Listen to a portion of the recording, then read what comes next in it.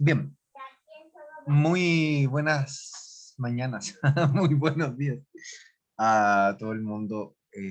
Vamos a dar por iniciado el maravilloso y asustador a la vez capítulo de Fisiopato de Renal, ya que le ponemos normalmente así como fisiopatología renal y del metabolismo hidrosalino. Eso, esta es la última parte de nuestro semestre. Esto ya, ¿cierto?, de frentón para lo que es nuestra tercera prueba. Vamos a empezar con hablando de electrolitos, ¿ya? Para después pasar a hablar de patologías de la nefrona y los AQI, la enfermedad renal crónica y ese tipo de cosas. Entonces, lo primero que vamos a ver tiene que ver con alteraciones en el balance del sodio y del agua. Hay una cosa que me gustaría saber a mí y tiene que ver con sus conocimientos de fisio, de renal. ¿Cómo anduvieron con renal en fisio, chicos?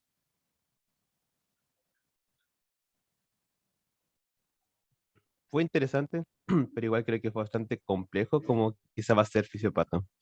Fue la unidad que menos Ya. me gustó de fisio. Y fue la más compleja quizás. Sí, Ya, comparto el primero o segundo sentimiento del semestre. Máximo. ¿Qué cosa? Felicete, ¿esa es la que habla? No, que comparto el mismo sentimiento con el Máximo. Ah, ya. Oye, déjeme. Creo que fue la unidad que se me hizo más larga, no sé por qué, a pesar de que no fue tan larga como cardio, esta se me hizo muy larga. Entiendo, entiendo. Pregunta para todos. ¿Hay alguien aquí en este solemne grupo de 12 participantes a quien le guste mucho el riñón? ¿Alguien a quien le guste mucho el riñón?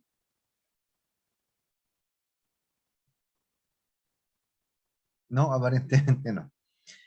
¿Y hay alguien a quien le guste particularmente poco el riñón? Así como yo me dedicaría a todo menos a medicina interna Yo, porque tengo que estudiar riñón y menos nefrología porque jamás en la vida. Máximo, precisamente. a ti no, ya. No, no es tanto como me dedicaría a todo menos medicina interna, pero sí sería como de medicina interna no me gustaría renal, me gustaría quizás cardio o alguna otra cosa, pero no renal. No es como que lo odio, pero Entiendo, tampoco es como que lo amo. ya, ya. Bueno, vamos entonces, pues intentaremos, no sé si convertir, llevar al lado luminoso a los que lo odian, pero al menos con que se queden con la idea que no es tan complejo, yo me quedaría tranquilo. ¿Ya? Entonces, vamos a empezar hablando del balance de líquidos corporales. ¿Ya? Vamos a hablar de sodio y agua. Y bueno, ¿cierto? ¿Por qué hablar de líquidos corporales? Porque en el extracelular, ustedes solo saben, el principal catión es el sodio, ¿cierto? Y como el sodio tiene un potencial osmótico importante, ese sodio va acompañado de una cierta cantidad de agua. El manejo del balance del sodio va muy de la mano con el manejo, ¿cierto?, del balance de agua. Entonces, es muy difícil, no digo imposible, pero es muy difícil sacarse de la cabeza la idea de que, ¿cierto?, más o menos sodio va asociado a más o menos agua también, ¿ya? Entonces, por eso aquí no hablamos solo de sodio, sino que hablamos de sodio y de agua en esta clase. Ideas centrales asociadas a esto, entonces, primero, la relación entre el agua corporal total, ¿cierto?, y su relación, o sea, la relación entre la cantidad de agua y la cantidad de solutos que tenemos en LIC o en LEC, ¿cierto?, determinan el concepto de la... Aquí Martín no quiere agua, ¿no es? Y vamos a recordar que la sed es un mecanismo que está para proteger al cerebro, ¿ya? Entonces, la relación entre agua y soluto determina una cierta concentración de la solución, determina lo que nosotros conocemos como tonicidad, ¿ya? La mantención de la tonicidad es fundamental en nuestro organismo porque la mantención de la tonicidad, ¿cuál es su objetivo central? El objetivo central que esto tiene es mantención del volumen celular, ¿ok? Cambios en la tonicidad, intra o extra, las más relevantes para nosotros, por supuesto, que son las extra, se asocian, entre otras cosas, a cambios del volumen celular, lo cual puede ser devastador en algunos casos, como vamos a conversar más al final de la sesión del Power. ¿Ya?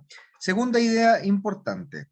Los cambios en el balance de sodio determinan cambios en el BEC. ¿Ok? ¿Por qué? Porque el sodio que se queda en nuestro organismo se queda con su equivalente osmótico de agua. El sodio que nosotros perdemos del organismo se pierde también con su equivalente osmótico de agua.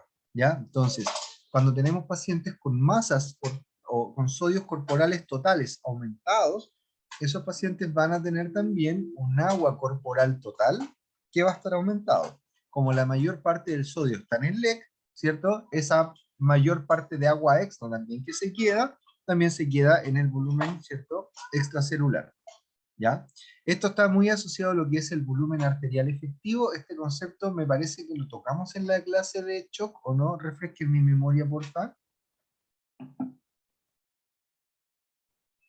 Si no, para explicarlo ahora brevemente. Si puedes explicarlo ahora brevemente, sería bueno, para recordarlo, Ya. porque sé que lo tocamos en shock, pero no recuerdo bien.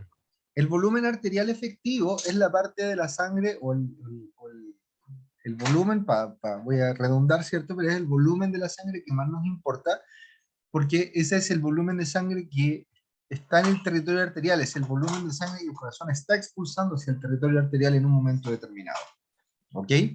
¿Y por qué es el más importante? Porque es el que está asociado a la perfusión de los órganos. ¿Ok? ¿A qué voy yo? Muchas veces uno habla del paciente hipervolémico, del normovolémico, del hipovolémico, qué sé yo, pero se nos importa que más importante que la volemia total es cómo está el VAE en ese paciente. O sea, podemos tener un paciente normovolémico, pero que esté con un VAE disminuido. ¿Ok? Y desde un punto de vista hemodinámico, ese paciente se comporta igual que, o sea, no desde un punto de vista hemodinámico, sino que desde un punto de vista de la perfusión tisular, ese paciente se comporta como si fuera un hipovolémico. Es más, podemos tener, ¿cierto?, pacientes hipervolémicos en estadios avanzados de insuficiencia cardíaca, por ejemplo, o en un paciente con un shock séptico, lo que hablábamos hace algunas semanas, ¿cierto?, al inicio del curso. Y ese paciente, fíjense que, a pesar de estar séptico, ¿cierto?, en estadios avanzados, está el paciente hipervolémico, en estadios avanzados, cuando cae la función miocárdica, ese paciente se va a comportar, porque va a enviar poca sangre hacia el territorio arterial. ¿Ya? Por lo tanto, podemos tener una volemia aumentada, en estos casos, un insuficiente cardíaco, ¿ya?, pero con un corazón que trabaja como la mona, igual lleva poca sangre hacia los tejidos. ¿Ya? Entonces la cantidad de sangre que hay en el territorio arterial yendo a perfundir es baja. ¿Christopher? Ya, sí. Sí, me quedó más claro y también lo recordé. Profesor, ¿Ya? ¿qué significaba Entonces, la sigla BAE y BEC? el VAE es el volumen arterial efectivo. El BEC es el volumen del extracelular. Ya, muchas gracias. ¿Ya? Ahora depende, porque a veces también hablan del volumen efectivo circulante. ¿Eh? Así como en ese sentido, BEC lo toman como sinónimo de volemia. ¿Ya? Ya, gracias. Bueno.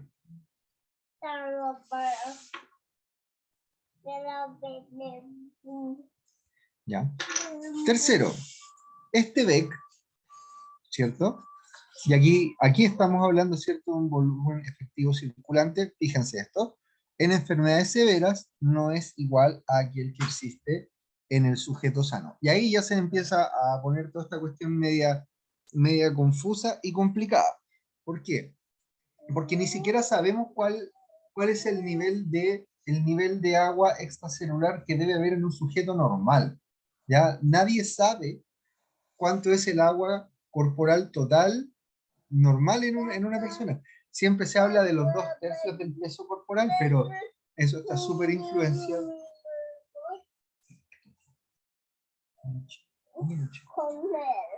Sí, está presente. Siempre se asume como este valor así como de los 2/3 del peso corporal, pero es un valor que está así como que es súper oscuro. Me refiero que como que no se sabe bien por qué se determina, ¿sí? No es igual en un sujeto delgado versus un paciente obeso, ¿ok? Y más encima, ¿Ya? Fíjense que en algunas condiciones patológicas tiende a aumentar, ya no necesariamente eso es malo al paciente. En sepsis, en insuficiencia cardíaca, en el paciente con síndrome nefrótico, se sabe que aumenta el volumen del extracelular, ¿cierto? Se sabe que aumenta la volemia en esos sujetos, y ese aumento de volemia no necesariamente, o sea, forma parte del proceso patológico, pero no necesariamente es detrimental para la persona, no necesariamente es perjudicial, ¿ya? Y en algunos casos incluso puede ser, puede tener algún componente protectivo, ¿ya? ¿Cómo va a ser protectivo que aumente la volemia en un paciente con insuficiencia cardíaca? Sí, al inicio puede ser, ¿cachai? Porque un aumento de la volemia por Frank Starling ayuda a ese corazón inicialmente insuficiente a mantener volúmenes expulsivos más o menos normales. La música que vos estaba ouvindo. Ah, tudo bem, nós vamos subir. ¿Está bom? En ese sentido, el mal uso de términos genera más confusión, y aquí nos hemos dado cuenta un poquito con Christopher, ¿cachai? Bueno, ¿qué es LEC? Es el volumen del extracelular, es el volumen efectivo circulante, entonces a veces se ocupa esto, ¿cierto? Y genera problemas, genera confusión, genera retardo en la toma de decisiones, ¿cachai? Retardo en el inicio de tratamiento, ¿ya? Como vamos, les voy a comentar más adelante lo que ocurre con el paciente deshidratado, con el sobrehidratado, con el hipervolémico, con el hipovolémico. ¿Ya? También genera mucha confusión, y eso obviamente puede llevarnos incluso a, a iatrogenia. A la iatrogenia. Entonces, para hablar de sodio, ¿cierto? Para hablar del manejo del sodio, vamos a ocupar nosotros el modelo nefrocéntrico, o el modelo tradicional, el nefrocéntrico, ya que se llama así porque pone al riñón como el centro, ¿cierto? Al comando de lo que es el manejo en el balance de sodio. ¿Ya? Vamos a ver, deja para que estoy aquí con sus alumnos, ¿está bien? El modelo, ¿cierto? Entonces, tradicional nefrocéntrico bicompartimental, ¿ya? Hablo del modelo tradicional nefrocéntrico porque actualmente hay un cierto pensamiento que ha ido ganando adeptos, ¿cierto? Que habría un tercer compartimiento para el manejo del sodio, que tendría que ver con en el extracelular, ¿cierto? Con proteínas de matriz, ¿ya? Pero no nos vamos a meter en eso. Entonces, Martina, ¿quieres no permitir la cosa de matriz? Porque todo no, se fica acá la chica, ¿no? ¿Sí, no? ¿Ya? Lo siento. Entonces, según este modelo bicompartimental, ¿cierto? Sabemos que el agua se divide en dos compartimentos, que son el LEAK y que son el LEC, ¿ya? Sabemos que en el LEAK hay el doble de volumen que en el LEC. Están en una relación de 2:1, ¿ya? Ahora, ¿cómo se explica que haya más agua en LEAK que en LEC, chicos? ¿Por qué hay más agua en el LEAK que en el LEC?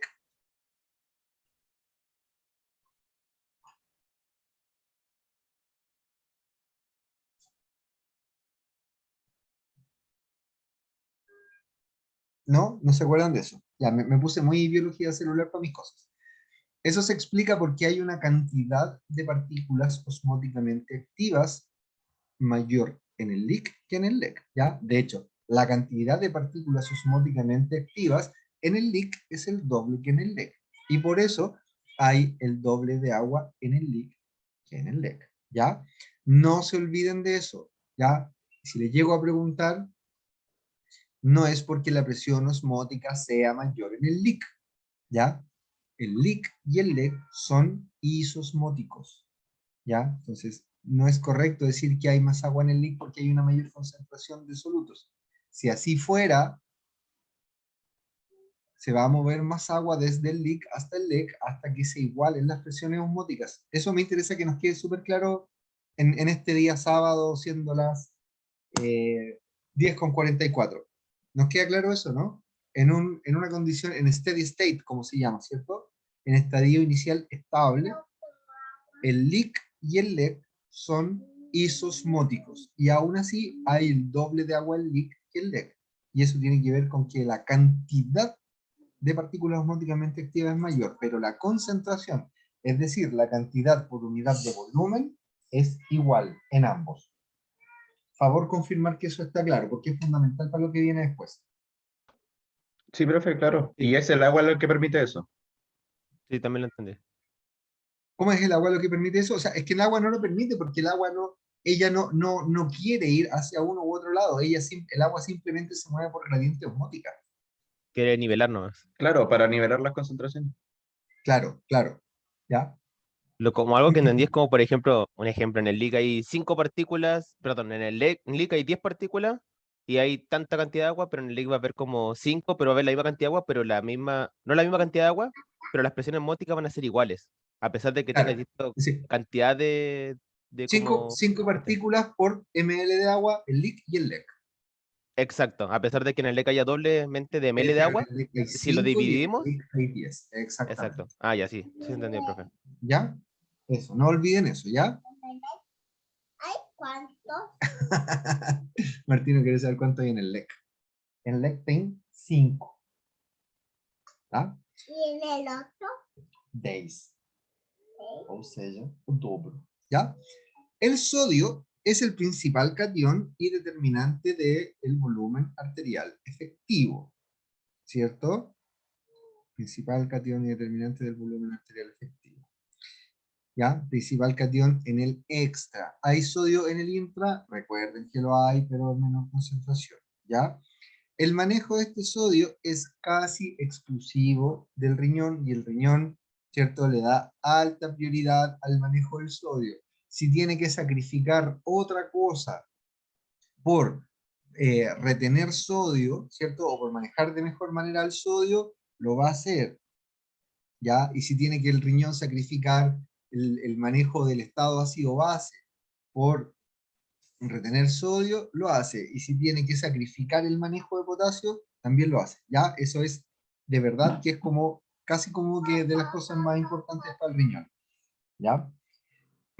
¿Por qué? Porque el riñón sabe que si hay poco sodio, baja la volemia y entonces disminuye la presión de perfusión a los órganos y todo eso. Entonces él sabe que tiene un rol fundamental ahí. ¿Ya? ¿Quién está metido en el manejo renal de sodio? Hay varios sistemas, ¿cierto? Los más importantes están acá, el sistema renina-angiotensina-aldosterona, ¿ya? Recordar que el sistema renina-angiotensina-aldosterona se activa por vía arteriola, por activación de la, para que la redundancia, de la arteriola aferente por menor presión de perfusión. ¿Se acuerdan de eso, no? Sí, Sí, eso profe. sí. ¿Ya? Recuerden que el estímulo específico tiene que ver con la caída de presión de perfusión en la arteriola aferente. ¿Ya? ¿Por qué digo eso? Porque muchas veces también, y uno lo lee hasta en los libros, que se activa el sistema renina-angiotensina-aldosterona cuando cae la presión sistémica, cuando cae la presión arterial, ¿sí o no? ¿Han visto alguna vez eso? Pero hay que saber el mecanismo específico. ¿Cachai? El mecanismo específico es que se activa el sistema renina-angiotensina-aldosterona cuando cae la presión de perfusión en la aferente. Ahora, ¿qué ocurre? Y aquí viene no la trampa, no el truco, pero en un paciente que tiene arterias renales sanas, la presión que hay a nivel de la arteriola aferente debiese ser un reflejo de la presión arterial sistémica. Por lo tanto, en un sujeto con arterias sanas, si la presión sistémica cae la presión también a nivel de la arteriola aferente y efectivamente ahí se va a activar el renina-angiotensina-aldosterona. Eso lo tenemos, ¿no? Eso lo sabemos, ¿cierto? Sí, profe. Sí, ya. Pero ahora que estamos en fisiopato nos podemos dar algunos lujos. Y ahí, ya que tuvimos una clase de ateromatosis con el doc, ¿qué pasa si tenemos un paciente que tiene una placa de ateroma que está generando estenosis de la arteria renal?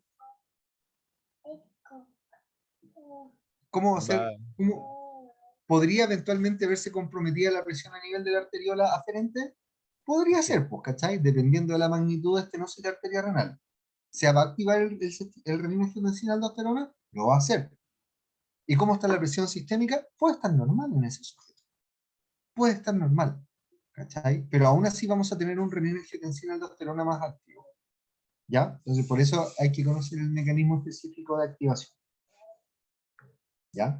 Y, de hecho, después, cuando estemos el segundo semestre en la clase de hipertensión arterial, el doc nos va a hablar de la hipertensión arterial secundaria, citando como un modelo probablemente también, porque es como bien clásico para explicarlo. Deixa eu falar aqui e vou tirar o nome do inglês, tá bom? A gente vai dividir. Beleza? No. ¿Ya? Esa es una. La otra es que hay que recordar que el aparato yuxtaglomerular tiene receptores adrenérgicos de tipo beta, ¿ya? Por tanto, frente a un aumento de la actividad simpática, también se produce activación del renina-angiotensina-aldosterona, ¿ya? Y se puede activar el renina-angiotensina-aldosterona a través de la mácula densa. ¿Se acuerdan de la mácula densa? Estas células, ¿cierto?, del sistema tubular que tienen capacidad de sensar la cantidad de sodio y de cloruro que viene llegando desde el asa de Henle, ¿ya? Cuando ¿cierto? Cuando hay un menor aporte de cloruro de sodio a la mácula densa, se activa también el renina-angiotensina-aldosterona, ¿ya?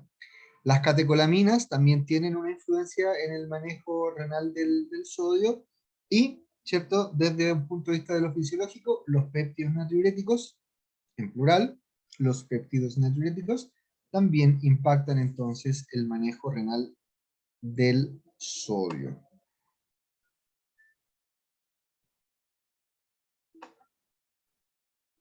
Ay, no quiero andar esto. Ups, lo siento.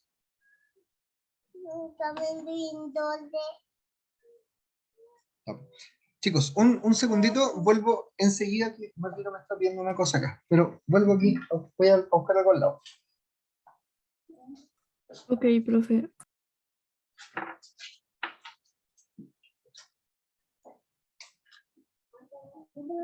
Ups.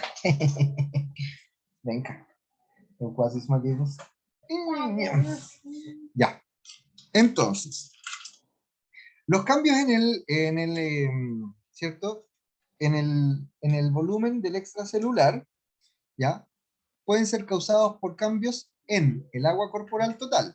Claro, si se produce un cambio en el agua corporal total, vamos a tener cambios en el volumen del extracelular, ¿ya?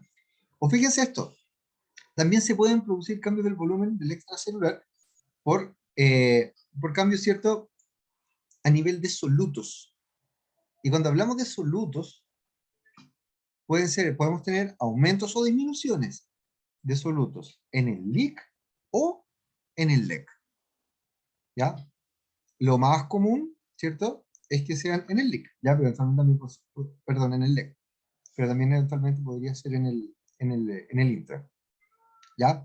Tal como dice ahí, ¿cierto?, mayormente estos cambios del volumen extracelular son causados por cambios en el contenido de soluto del LEC. ¿Ya? Es decir, se pueden producir cambios en el extracelular por modificación del agua corporal total, por cambios solo de agua, sí puede ser, pero no es lo más común, ¿ya? Normalmente, cuando hay retención de líquido, esa retención de líquido obedece a que hay una retención de solutos, ¿ya? O de sodio. No sé si me estoy expresando, por favor, adecuadamente. Díganme si sí o si no.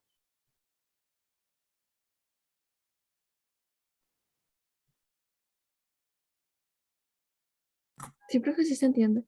¿Sí? Ya. Entonces, los cambios en el volumen del extracelular son mayormente causados por cambios en el contenido de soluto en el LEC. ¿Ya? Y la mayor parte de estos, fíjense, más del 90% de estos cambios en el contenido soluto tiene que ver con sales de sodio. Dice ahí sales de sodio porque el sodio, ¿cierto?, siendo un catión, normalmente va a ir acompañado también de un anión. ¿Ya? Las sales de sodio.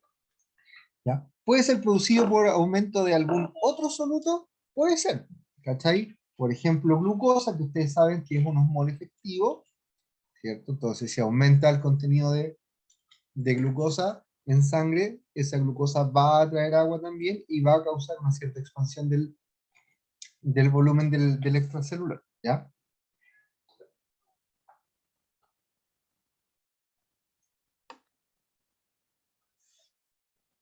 Con esto entonces podemos empezar a hablar de fisiopatología asociada a lo que es el sodio, ¿ya? Ojo aquí, cuando hablo yo de fisiopatología del sodio, voy a hacer referencia principalmente a lo que es el balance. ¿Ya? El sodio corporal total, chicos, más que a la concentración. Ese es otro concepto importante, que me interesa que lo tengamos súper claro. ¿Ya? En estas primeras diapos hablo de balance corporal total de sodio. Sodio que aumenta a nivel orgánico, sodio que disminuye a nivel orgánico. Y prácticamente no voy a hacer referencia a la concentración de ese sodio. ¿Ya? ¿Por qué? Porque para modificar la concentración de sodio plasmático, eso lo hacemos casi exclusivamente a través del balance de agua. ¿Ya? No de sodio. ¿Por qué no de sodio? ¿Por qué no de sodio, me preguntan por acá? Porque si se produce un balance positivo de sodio, si tenemos una ingesta aumentada de sodio, ¿Por qué no de sodio, y eso es lo papá? que estoy explicando. Si se produce una ingesta aumentada de sodio, si ustedes comen sushi con mucha salsa de soya, ¿cachai? Efectivamente, y absorben mucho sodio, efectivamente va a empezar a aumentar la concentración plasmática de sodio. Pero rápidamente eso va a activar a los hormoreceptores hipotalámicos, se va a activar el mecanismo de la ADH, se activa el mecanismo de la sed, y por lo tanto, finalmente ese sujeto va a llegar a un aumento en el sodio corporal total, pero con su equivalente osmótico de agua. ¿Me entienden, no? Y entonces ese sujeto no va a tener un cambio en la concentración de sodio. Chicos, ¿se entiende? Sí, profe. ¿Sí? Ya. Aproveché la pregunta de Martino porque era como lo que muchas veces me preguntan mis alumnos, que Martino se acaba de comportar como palo blanco. ¿Ya? Entonces, alteraciones del balance del sodio pueden ser de dos tipos, ¿cierto? Podemos entrar en balances positivos o podemos entrar en balances negativos. Cuando entramos en balance negativo de sodio, ese balance negativo de sodio va asociado de un balance negativo de agua. Porque el sodio, que ya lo hemos dicho no sé cuántas veces, pero lo voy a seguir diciendo, ¿ya? Para que no se nos olvide. El sodio que se va de nuestro organismo se va con su equivalente osmótico de agua. Entonces, un balance negativo de sodio implica un balance negativo de agua. ¿Dónde está principalmente el sodio? En el LEC. Por lo tanto, perder sodio, ¿a quién afecta? Al LEC. Paciente con un líquido extracelular o con un volumen extracelular disminuido y con una volemia también disminuida. ¿Por qué con una volemia disminuida? Que aparecía en una diapo anterior. ¿Dónde estás? Ah, me fui para el otro lado. Aquí, ¿cierto? Lo que cuando hablamos del agua en el LEC y en el LEC. En el LEC, el agua, ¿cierto? Y por lo tanto, y eso tiene que ver con los solutos, se distribuye 2/3 en intersticios y 1/3 en el intravascular. ¿Ya? Entonces, lo que dice en la diapo que estábamos viendo recién es que si perdemos sodio, ¿a quién vamos a afectar principalmente? Al LEC. ¿Cachai? Y ese sodio que se pierde de la siguiente manera. 2/3 de lo que se pierde viene de los intersticios y 1/3 viene del intravascular. ¿Ya? Por lo tanto, caer en un balance negativo de sodio implica, ¿cierto?, perder alguna cantidad también de líquido intravascular, y de ahí el concepto que se debiera ocupar, ¿cierto?, con mayor propiedad, es el concepto de la hipovolemia. Si no las vamos a perder. ¿Ya? Paciente hipovolémico.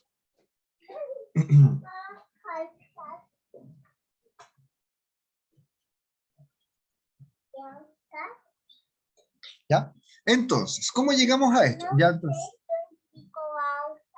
estos balances negativos por lo general son isosmóticos, ¿ya? Entonces se producen cambios en el contenido de sodio, no en la concentración de sodio. ¿Cómo llegamos a esto? Por una disminución de el volumen efectivo circulante, ¿cierto?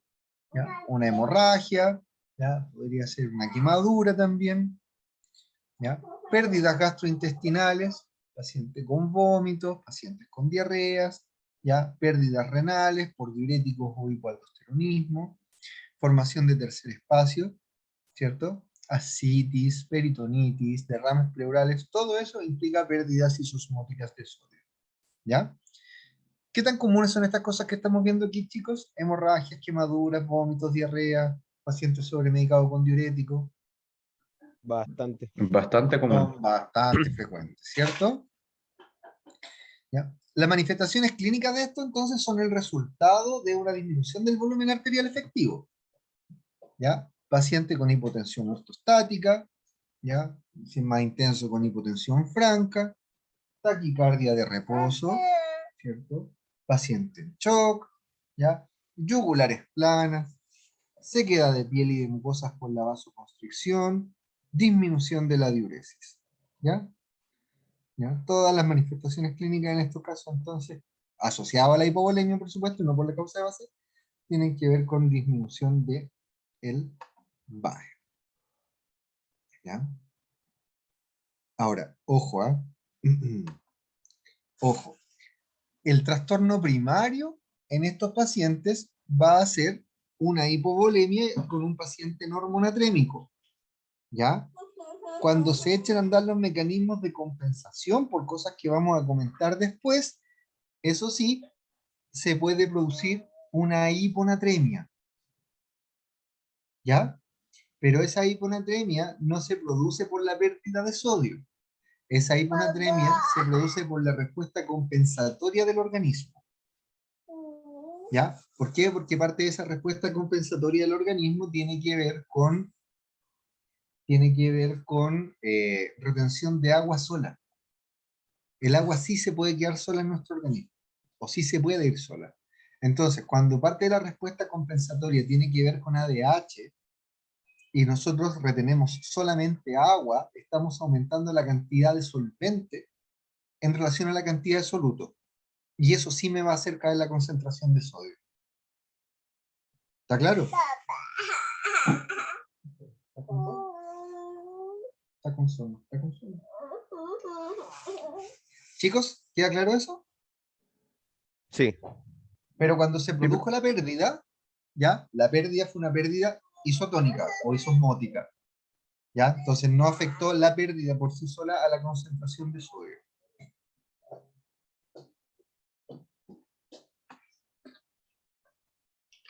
¿Ya? Si nos vamos para el otro lado,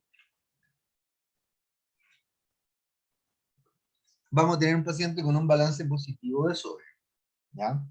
Y aquí, ¿cierto? Vamos a estar en presencia de un paciente hipervolémico. ¿Ya? Por lo general, el balance positivo de sodio va acompañado de un balance positivo de agua. ¿Ya? Y eso tiene que ver con lo que hablábamos, ¿cierto? Hace poco con mi ejemplo del sushi con mucha soya. Eso tiene que ver con el mecanismo de la sed, tiene que ver con la activación de los osmoreceptores hipotalámicos. ¿Ya? Entonces vamos a tener más efecto de ADH y junto con el gran sodio que nos dejamos gran cantidad de agua, ¿ok? Se mantiene la concentración, aumenta el sodio corporal total. ¿Mecanismos para caer en esto? Aumento en la ingesta, ¿ya? Podría ser. Ahora, ojo ahí, eso es discutible, porque si bien un aumento en la ingesta nos va a llevar en un inicio a un aumento del sodio corporal total, ¿cierto? Si tenemos un riñón funcional y tenemos una fisiología cardiovascular funcional, ¿cierto? Se va a producir el fenómeno que ustedes me imagino que conocieron en fisiología, que era la diuresis por presión, o la natriuresis por presión. ¿Les hablaron de eso en fisio? Por lo tanto, si bien se produce un aumento en el sodio corporal total, es un aumento transiente, transitorio. Y a través del mecanismo de la natriuresis por presión, vamos a eliminar después más sodio urinario, que va a ir con agua, y por lo tanto, el sodio corporal total debiera tender a mantenerse. ¿Sí o no? Sí, esos mecanismos sí lo vimos, pero no con ese nombre. Así como natriuresis por presión. Ya. Pero lo vieron, por cierto, es como el clásico ejemplo, que uno le dicen así como, se aumenta aumenta la volemia, aumenta la presión, aumenta la producción de orina por parte del riñón y volvemos a lo normal. Claro, sí. ¿Sí? Ya, pero es eso, ¿ya? Natriuresis por presión también le llaman. No, porque no se queda quieto. Ahora, ¿qué otra posibilidad? Espera, te puedo ayudar. Aquí. Ahí le voy a fijar tu chino, por favor. ¿Qué otra posibilidad tenemos? ¿Vio? ¿Qué es más común? Una disminución de los egresos. ¿Ya? o una disminución de los egresos. ¿Y cómo podemos llegar a una disminución de los egresos de sodio? Por patologías renales, ¿cierto? O, fíjense, con un riñón sano, en presencia de un volumen arterial efectivo contraído. ¿Ya? Porque el volumen arterial efectivo contraído nos va a llevar a ¿qué? Nos va a llevar a un aumento, ¿cierto? Una disminución de la presión a nivel de la arteriola eferente, nos va a llevar a un aumento de la actividad simpática por estimulación, ¿cierto? Por en realidad menos trabajo de los vasoreceptores carotídeos y aórticos, ¿ok? Entonces vamos a tener una menor llegada de cloruro de sodio hacia la mácula densa y por lo tanto a través de todas las vías y vamos a tener, ¿cierto? Que vamos a tener una mayor actividad para retención, para reabsorción de sodio a nivel renal. El sodio que se queda, ¿cierto? Se queda ¿dónde? Principalmente en el LEC. ¿Y se queda cómo? ¿Cómo se distribuye el sodio en el LEC? Es decir, 2/3 de todo lo que se queda se va a quedar en los intersticios, y eso es importante porque eso significa que estos pacientes hipervolémicos, ¿cierto? Como parte de su clínica, van a presentar edemas periféricos. 1/3 en el vascular, expresado desde la clínica como congestión visceral, ¿cierto? O hipertensión arterial.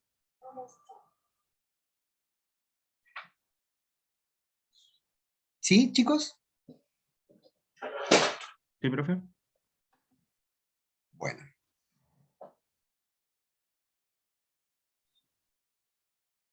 Eso. Les propongo un último recreo cortito, 7 minutos.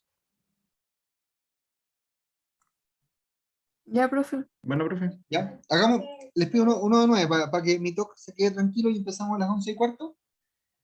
Y ya avanzamos la maravillosa, el maravilloso ratito, el delta que nos comentó la Alicia, ¿ya? No quiero terminar la clase ahora, pero avanzamos un poquitito más, pues, ¿ya? Hasta que al menos esté en medio, cuando si ya empiecen a reportar que están chatos, cerramos el boliche un poco antes y no hay problema. Ya. 11:15 entonces, ¿les parece? Yo, profe. Llegué puntual, Doc, para que... ¿ah? Bien. Sí, No, Hudson. Jackson Storm. Ya. Vamos entonces a hablar de agua. Jackson. Jackson Storm. Agua, ¿ya? Baba. Espera, que estoy hablando con sus amigos. ¿Ya? Los ingresos de agua en nuestro organismo tienen que ver con, ¿cierto? Básicamente lo que es sed. ¿Ya? Esta sed, ¿cierto? Que está modificada o la sensación de sed, o la actividad, ¿cierto? Del centro de la sed, modificada por cambios en la presión osmótica, y ahí se vuelve fundamental la actividad de los osmoreceptores hipotalámicos. Ojo entonces que si tenemos paciente con daño hipotalámico, paciente con demencia, eventualmente podríamos tener alterado, ¿cierto? Este fenómeno de la sed. ¿Ok? En relación a los egresos, esto me imagino que lo saben ustedes, pero de todas maneras, hay egresos que son sensibles y hay ingresos que son no sensibles, ¿cierto? ¿Ya? Los egresos, entonces, modificados principalmente por lo que es ADH. ¿Ok? ¿Ya? Ahora, ADH, el agua que ADH le puede sacar a la orina, ¿cierto? No es cualquier agua, porque el agua en una solución, ¿cierto? En sangre, está de dos maneras, chicos. Hay agua que está unida a soluto y hay agua que no está unida a soluto. ¿Eso lo sabían ustedes o no? ¿Por fisio, por fármaco? Por el tema de la esfera de solvatación. Claro. Ah, sí, sí. ¿Ya? Entonces hay agua libre y hay agua unida a soluto. ¿Ya? ¿Cuál es el agua con la que se puede jugar, entre comillas, jugar, ¿cierto? El agua que podemos manejar con acción de ADH es agua libre, ¿ya? Pero esa agua libre hay que formarla. Porque hay que formar la agua libre. Porque quasi no existe sozinha, ¿ya? Hay que formar esa agua libre. ¿Dónde se forma esa agua libre? en la rama gruesa ascendente del asa de Henle. Eso es lo que ustedes van a conocer, ¿cierto? Que a veces puede aparecer en el Power o en los libros o en los papers como TAL, T-A-L, mayúscula. Thick Ascendant Limb, la rama gruesa ascendente del asa de Henle. ¿Ya? Entonces, otra cosa importante aquí, ¿cierto? Asociado a lo que es el manejo del agua, tiene que ver justamente con la oferta de cloruro de sodio a la última porción del asa de Henle. ¿Ya? ¿Ya? En ese sentido, ¿cierto? ¿Por qué la oferta de cloruro de sodio? Porque el agua libre que formamos aquí en la rama gruesa ascendente es agua que, que estaba unida a soluto, y el principal soluto aquí es el cloruro de sodio. ¿Ya? ¿Qué quiero decir con esto? Que si llega poco cloruro de sodio al asa de Henle por algún motivo, ¿ya? La capacidad de formar agua libre ahí va a estar disminuida, y por lo tanto la capacidad de concentrar la orina, ¿ok?, por parte de ese riñón también va a estar viéndose limitada. ¿Mm? O sea, nos dice, ¿cierto? Si disminuye la oferta de cloruro de sodio en asa de Henle, ¿cierto?, en estados hipovolémicos, o sea, hay menos oferta al segmento dilutor de la nefrona. Y tal como habíamos dicho, por lo tanto, poca formación de agua libre. No faça isso. Martino, por favor. Que o pai está Martino, que eu estou trabalhando. Sou eu que quero ajudar. Sim, que bonitinho, muito obrigado. Un segundo, chicos, que estoy aquí con la mano izquierda tratando de manejar esto. Ahí. Ya. Eu quero te ajudar com Aquí mouse. Eu quero te ajudar com mouse. Todo bien. Ya. Aquí, ¿cómo se maneja? ¿Cierto? ¿Cómo se produce el agua libre? Entonces aquí se vuelve, en esta rama, ¿cierto? En este segmento de la nefrona, ¿ya? La rama gruesa ascendente es el Thick Ascendant Loop of Henle. ¿Es tal? Se me está ocurriendo por acá el ayudante. ¿Ya? Aquí está entonces altamente expresado este cotransportador, que es el NKCC2. ¿Ya? El NKCC2 que ustedes tienen ahí. ¿No? El NKCC2. Este es un transportador estequiométrico, es decir, tiene que funcionar, o para que él funcione, tienen que estar todos los elementos que ahí aparecen. Tiene que mover un sodio, tiene que mover un potasio y 2 cloruros. ¿Ya? Se meten a la célula, ¿cierto? Y con la actividad de la bomba sodio-potasio ATPasa y la membrana vasolateral, entonces sacamos el sodio hacia el espacio intersticial y mantenemos una baja concentración de sodio en la célula, que permite mantener la actividad del NKCC2. ¿Ya? Este punto les diría yo que es central, porque es el segmento de la nefrona. El segmento de la nefrona, donde el sodio se mueve sin agua. ¿Ya? Ahora, aparece aquí una pregunta que es evidente. ¿Por qué el sodio puede moverse sin agua? Aquí, y solo aquí. Okay. ¿Qué pasa aquí? Ya, espera ahí. ¿Por qué en este segmento? ¿Y por qué solamente en este segmento entonces el sodio se mueve sin que el agua lo siga? ¿Lo vieron en fisio o no lo vieron en fisio? No lo vieron en mi. Tienes razón. No, pero yo lo único que recuerdo era porque esa zona era impermeable al agua. ¿Por qué? No lo sé, pero Ya. algo así. Los motivos fisiológicos, claro, eso es lo que uno le dicen, ¿cierto? En el pregrado, así como este segmento es impermeable al agua. Entonces uno le dicen que aquí solo sale soluto, pero no sale agua, y por lo tanto la orina se va diluyendo, ¿cierto? Exacto. ¿Por qué? Primero, uniones intercelulares de tipo tight junctions. ¿Ya? O sea, una vía paracelular muy disminuida, ya prácticamente Porque inexistente. es una de teléfono muy disminuida. Ya, voy a chiflar. porque aquí hay un espacio muy pequeño entre esa célula y esa célula. ¿Ya? ¿Por qué? Segundo, chicos, Porque ausencia. muy pequeñamente esa Estamos célula. juntinhos. ¿Ya? Segundo, ausencia de aquaporina en la membrana apical. ¿Ok?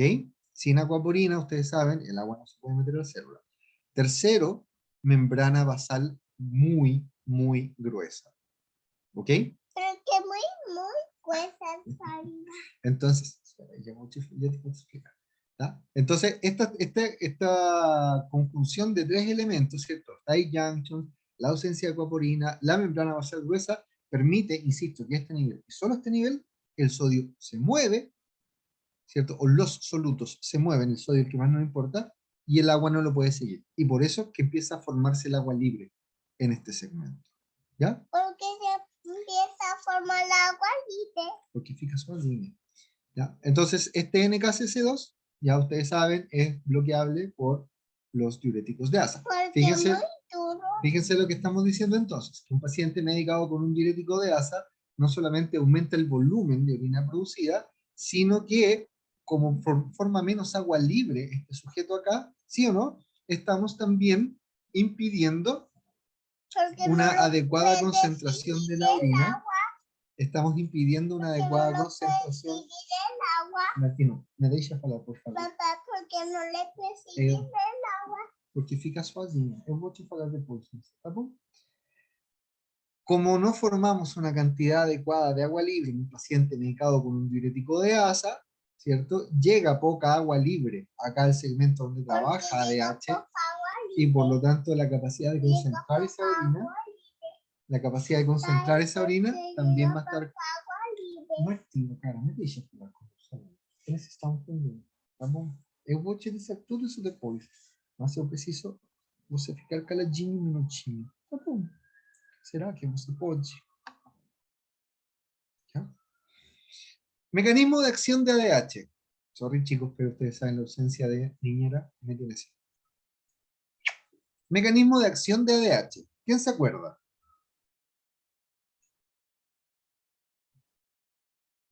¿Quién se acuerda cómo actúa ADH? ¿Alguien? Si no lo digo, ADH, no sé si estoy en lo correcto, pero ADH, lo que recuerdo, se une a un receptor y ese Ya. receptor hace que genere sí, una señalización intracelular que genera ¿Sí? que un factor de transcripción se active y se sinteticen una mayor cantidad, no sé si se sintetizan una mayor cantidad de acuaporina, pero sé que hay más vesículas que van a viajar a la membrana y las acuaporinas se van a instalar en la membrana que está más cercana, creo que al lumen, si no me equivoco. Si no me equivoco. Eso. Ya, es eso cierto en términos generales. El receptor de acuaporina, vale, Porque agua polina. es un poro de agua. El receptor de ADH es el BR2, ¿ya? Es importante que sea BR2 porque el BR1 está a nivel de vasculatura, ¿ya? De ahí el nombre vasopresina porque estimula la vasculatura generando vasoconstricción. Está un receptor metabotrópico acoplado a una proteína GS, por lo tanto eso nos lleva a un aumento del AMP cíclico, ¿ya? Ese AMP cíclico lleva a un aumento de la actividad de una quinasa que es la quinasa A. Ahora, esa quinasa A genera automáticamente el fenómeno de la transcitosis, ya, es decir, ya habían vesículas preformadas con acuaporina acá que se expresan rápidamente. ¿Por qué me interesa eso? Que lo tengamos, porque eso significa que el efecto que nosotros podemos tener es más rápido, ¿ya? Efectivamente, como dice Christopher, también podemos aumentar la expresión de estas acuaporinas, ¿ya? También podemos aumentar la expresión de estas acuaporinas, que es lo que estamos viendo aquí en esta imagen. Sin embargo, recuerden que hay vesículas con acuaporinas preformadas que rápidamente se expresan en membrana, entonces eso nos da la posibilidad de tener un efecto más rápido por parte de ADH, ¿ya? La acuaporina que se expresa en la membrana es la acuaporina 2. Porque ¿ya? agua polina 2. Porque ese es el nombre de la acuaporina 2. ¿Ya? Esa es la que está solamente en presencia de actividad de ADH.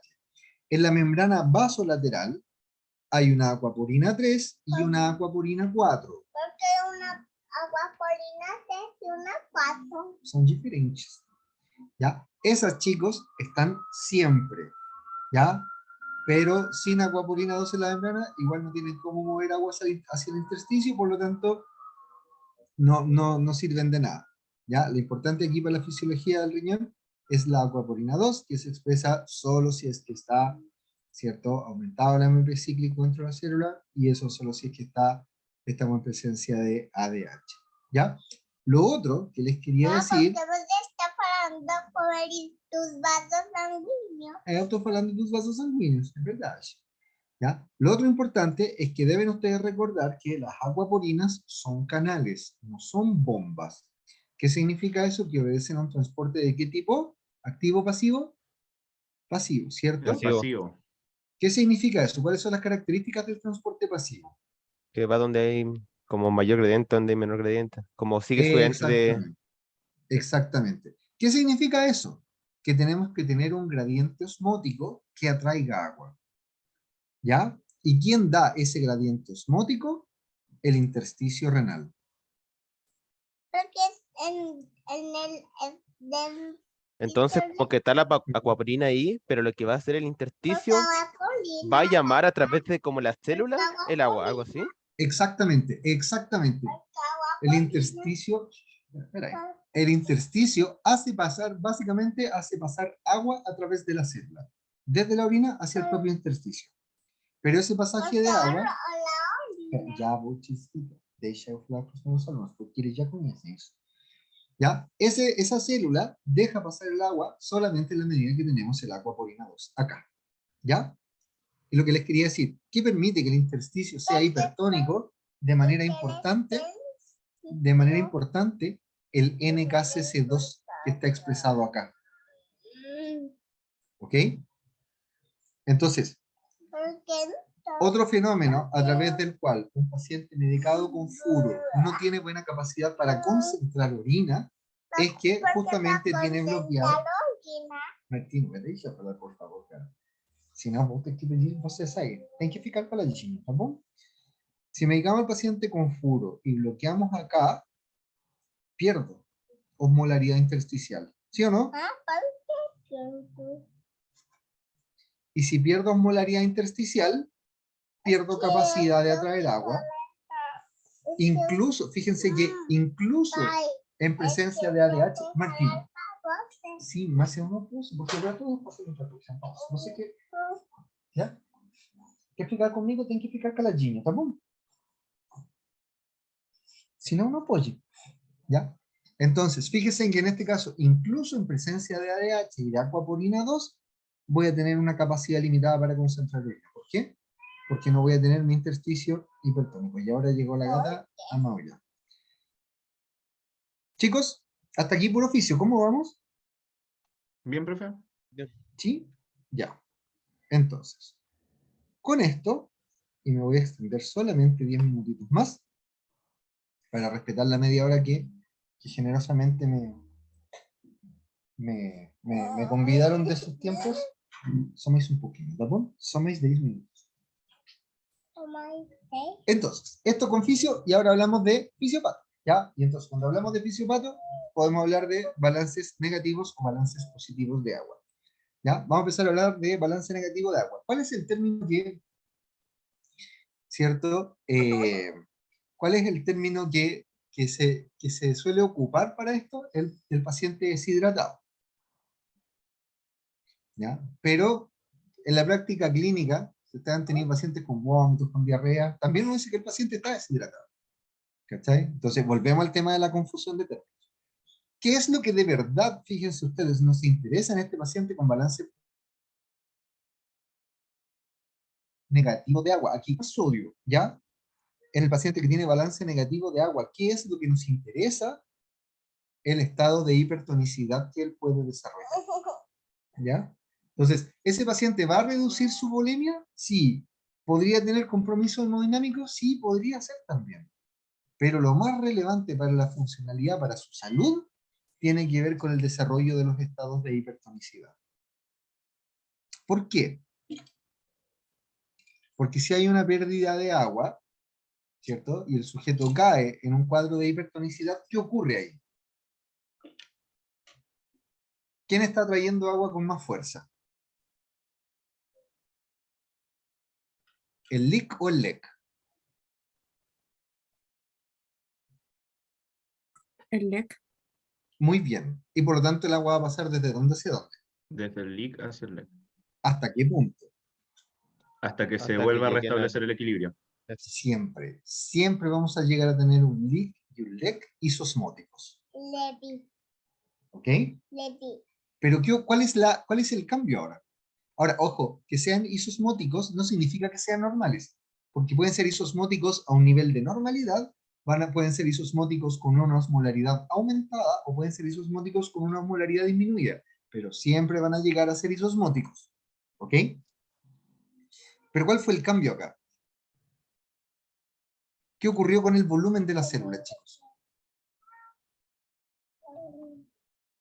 Si pasó del leak al leg, disminuyó. ¿Cierto? Y eso Sí. es problemático, en general no es tan problemático. En general no es tan problemático, ¿Por qué no? salvo para el sistema nervioso central. Porque si muchas células del sistema nervioso central reducen su volumen, la masa encefálica se va a encoger. ¿Se entiende? Y esa masa encefálica encogida se asocia a hemorragia, se asocia a estructura en daño profundo y por lo tanto se asocia a daño neurológico. Entonces, cuidar la osmolaridad plasmática es, como les decía yo, básicamente cuidar al cerebro. ¿Está? Sí, Sí. profe. ¿Por qué quitar el cerebro? Porque si no, cerebro, fica así, pequeño. Y ele se machuca desse jeito. Isso. ¿Ya? Mecanismos para caer en balances negativos de agua o en cuadros de hipertonicidad. Podría ser una disminución de los ingresos de agua, ¿ya? Eso podría ocurrir en un sujeto náufrago, ¿cierto?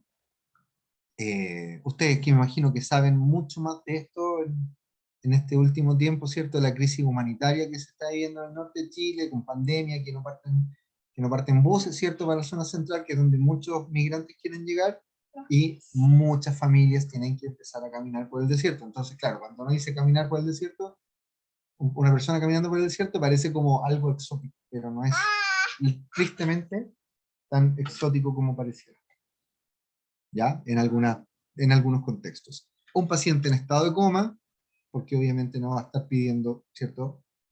No tiene capacidad de pedir agua, o lo que habíamos dicho anteriormente, un paciente con daño encefálico del centro de la sed, un paciente con demencia, un paciente con daño hipotalámico por accidente vascular encefálico, u otro, ¿ya? La otra posibilidad acá es un aumento de los egresos. ¿Cuándo podríamos tener un aumento de los egresos? Un paciente diaforético, ¿ya? ¿Por qué? Porque el sudor tiene electrolitos, pero el sudor es principalmente un líquido hipotónico. Entonces, ese sujeto está perdiendo sales, pero está perdiendo más agua que sales, ¿ya? Un paciente con poliuria acuosa, ¿ya? Y asociado a nuestras pérdidas insensibles de agua, un paciente que está hiperventilando, ¿ya? ¿Ya? También va a estar teniendo un aumento de los egresos, ¿ya? Las consecuencias, como habíamos comentado, podemos tener hipolemia, sí está, pero no es lo más relevante, ¿ya? Lo más relevante acá, por lejos, y por eso está en negrita, tiene que ver con el desarrollo del cuadro hipernatrémico, ¿ya? Definida como una concentración de sodio plasmático mayor a 145 mil equivalentes por litro, ¿ya? Puede darse por dos motivos. ¿Puede darse por ingesta excesiva de sodio? Sí, ya, sí, te lo concedo. Pero esa ingesta excesiva de sodio debiera estar no asociada a una adecuada ingesta de agua. Por lo que ya hemos hablado, ¿cachai? Nosotros podemos tener ingesta excesiva de sodio y no vamos a caer en cuadros hipernatrémicos. ¿Por qué? Porque la sed que nos va a dar nos va a llevar a tomar más agua, vamos a tener actividad de H y todo. Entonces podría ser, siempre y cuando no esté lo otro. ¿Ya? Lo más común para desarrollar el cuadro hipernatrémico, en cambio, tiene que ver con el balance negativo de agua. ¿Ya? La mayor parte de estos casos son iatrogénicos. Inadecuada reposición de fluidos, ¿cierto? En pacientes con pérdida de agua identificables, ¿ya? Que tienen el mecanismo de la sed alterado o con acceso reducido a agua libre. ¿Cuáles son los grupos en riesgo acá? Pacientes con alteración de conciencia, obvio. Paciente intubado, ¿ya? Paciente viejo y lactante.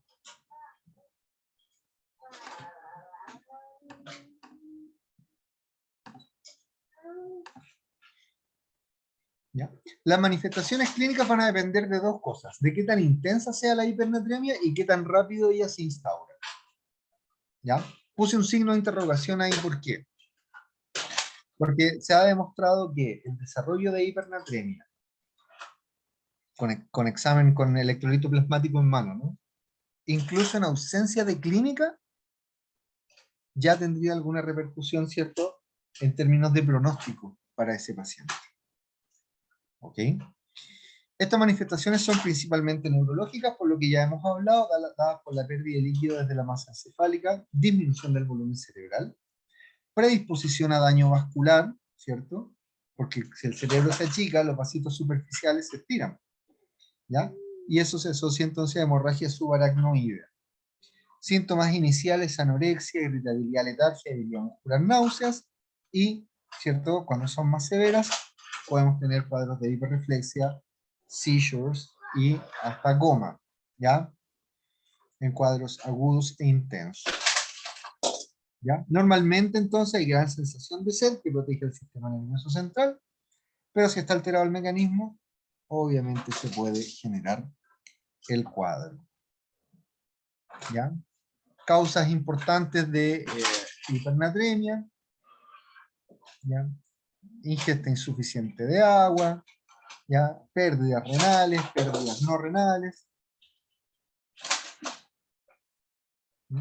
Fíjense, no, dejémoslo así nomás. ¿Ya? Este cuadrito para que lo tengan, ni siquiera quiero que se lo aprendan, ¿ah? No necesito que se lo aprendan, no se los voy a preguntar, ¿ya? Pero, como supongo yo que en algún momento van a tener pacientes con hipernatremia, si les llega, para que menos tengan de dónde estudiar, ¿ya? Ejercicios severos, ¿cierto? Seizures, soluciones de sodio hipertónico, ¿ya? Otras soluciones, hiperaldosteronismo primario, Cushing, ¿qué es?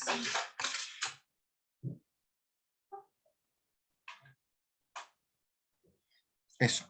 Chicos, y les propongo que quedemos hasta aquí y seguimos en nuestra siguiente sesión hablando de diabetes insípida como un modelo de cuadro hipertónico. ¿Ya, profe? Ya, profe. ¿Ya? Entonces así no los dejo tan cansados para el resto de la jornada y nada, pues.